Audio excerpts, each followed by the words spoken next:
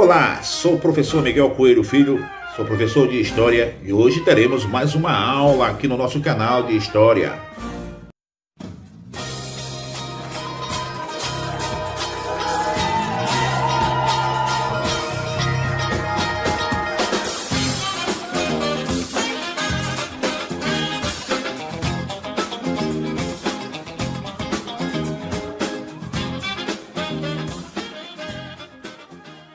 Hoje nós iremos falar sobre a independência do Brasil. Enquanto o governo absolutista português reprimia com vigor os movimentos republicanos do Brasil, o absolutismo na Europa era contestado pela Revolução Francesa.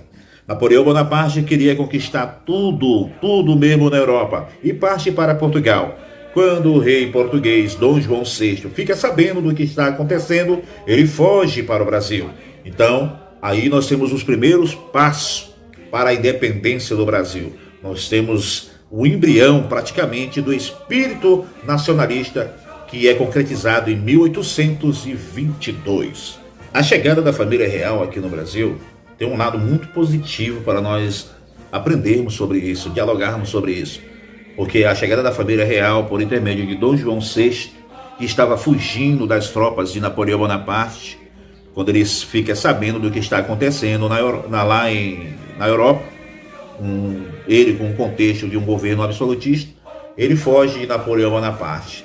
E a sua fuga para o Brasil trouxe o avanço, cara. Isso aqui é importante nós entendermos, que a família real, ao chegar no Brasil, traz o avanço, a mudança, o crescimento. Vou dar exemplo de alguns pontos abordados por Dom João VI, colocado em pauta aqui no Brasil. A abertura dos portos às nações amigas. Em 1810, o Tratado de Comércio com a Inglaterra, isso é importante, porque as taxas de importação, como Portugal, Inglaterra e outros países, e isso aí vai sendo colocado em pauta. Em 1817, a Revolução Pernambucana é o ponto de atenção, é consequência da chegada da família real no Brasil. Nós temos como consequência já a Revolução Pernambucana, porque estava questionando os impostos abusivos cobrados pela família real aqui no Brasil, certo? Isso aqui é muito importante nós entender. Só que em 1820, tem uma particularidade aqui, está acontecendo em Portugal a revolta do Porto, o liberalismo português e tentativa de recolonizar o Brasil. Eles queriam recolonizar o Brasil porque com a chegada da família real aqui, foi colocado agora em pauta o Brasil fazendo parte de Portugal, ou seja, o Brasil fazendo parte do Reino Unido de Portugal.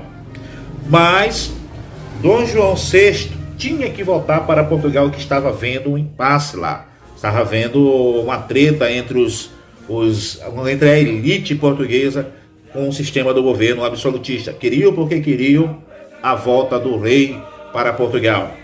E as cortes portuguesas pedem a volta do rei para Portugal. Mais lá na frente, pedem também a volta do príncipe regente Dom Pedro I para Portugal.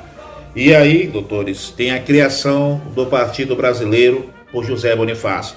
Tudo isso são coisas que foram implantadas aqui no Brasil, ainda no contexto da pré-independência ainda, que antecipa a independência do Brasil. Agora sobre passo a passo com a questão da independência do Brasil.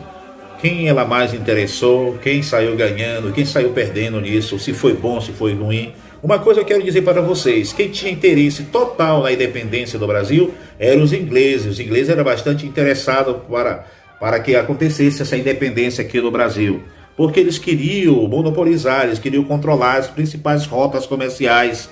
Então, com o Brasil independente, ficaria fácil para a Inglaterra manusear essa ferramenta de exploração de uma forma mais civilizada. Então, o Brasil se tornando independente politicamente de Portugal, porém, tendo a forte tendência econômica com a Inglaterra, que a Inglaterra ia manusear tudo isso graças a um tratado que aconteceu em 1810. O reconhecimento de independência, é bom nós entendermos que o reconhecimento de independência veio assim, saltitante, paulatinamente, certo? Em 1824, Os Estados Unidos reconheceu que o Brasil estava assim independente. Dentro da lógica da doutrina de Monroe, o apoio às independências americanas. Dentro de uma lógica, os Estados Unidos veio acreditar, só veio entender que o Brasil era independente em 1824. Portugal veio exigir uma indenização em 1825. E a Inglaterra também veio reconhecer isso de uma forma definitiva em 1827. Então, a cada passo, nós estamos aqui no processo de independência. A história nos relata que foi em 1822, mas o reconhecimento de algumas nações veio de forma paulatina. Inclusive aqui dentro mesmo do Brasil, o Maranhão veio reconhecer depois, a Bahia veio reconhecer depois. Enfim, o Brasil se tornando independente, ao se emancipar de Portugal, pouco se alterou no Brasil. O Brasil não mudou praticamente quase nada, pouco se alterou ele se tornando independente. Por quê? Continuou ainda com o governo de forma monárquica, português, costumes, cultura ainda de Portugal, pode-se dizer, que o país ganhava autonomia política, administrativa, devagar, bem devagar mesmo, livre comércio, suas estruturas econômicas iam mudando de forma bem devagar mesmo. O Brasil manteve-se em regime monárquico no único contexto que a monarquia a se consolidar em nosso continente, no país de caráter independente. Agora o Brasil vai se torna independente ainda com característica de Portugal. Então, há um quadro aí que fala aí sobre a independência do Brasil, que esse quadro aí é meio duvidoso, mas a história nos relata esse fato importante, principalmente nesse período agora do ano em que nós comemoramos a independência do Brasil. O Brasil se tornou independente de Portugal, mas o Brasil, com a independência de Portugal, herdou umas dívidas imensas que até hoje respinga sobre nós, essas dívidas que o Brasil herdou da coroa portuguesa, dívidas, pode-se dizer, um presente de grego foi dado para o Brasil.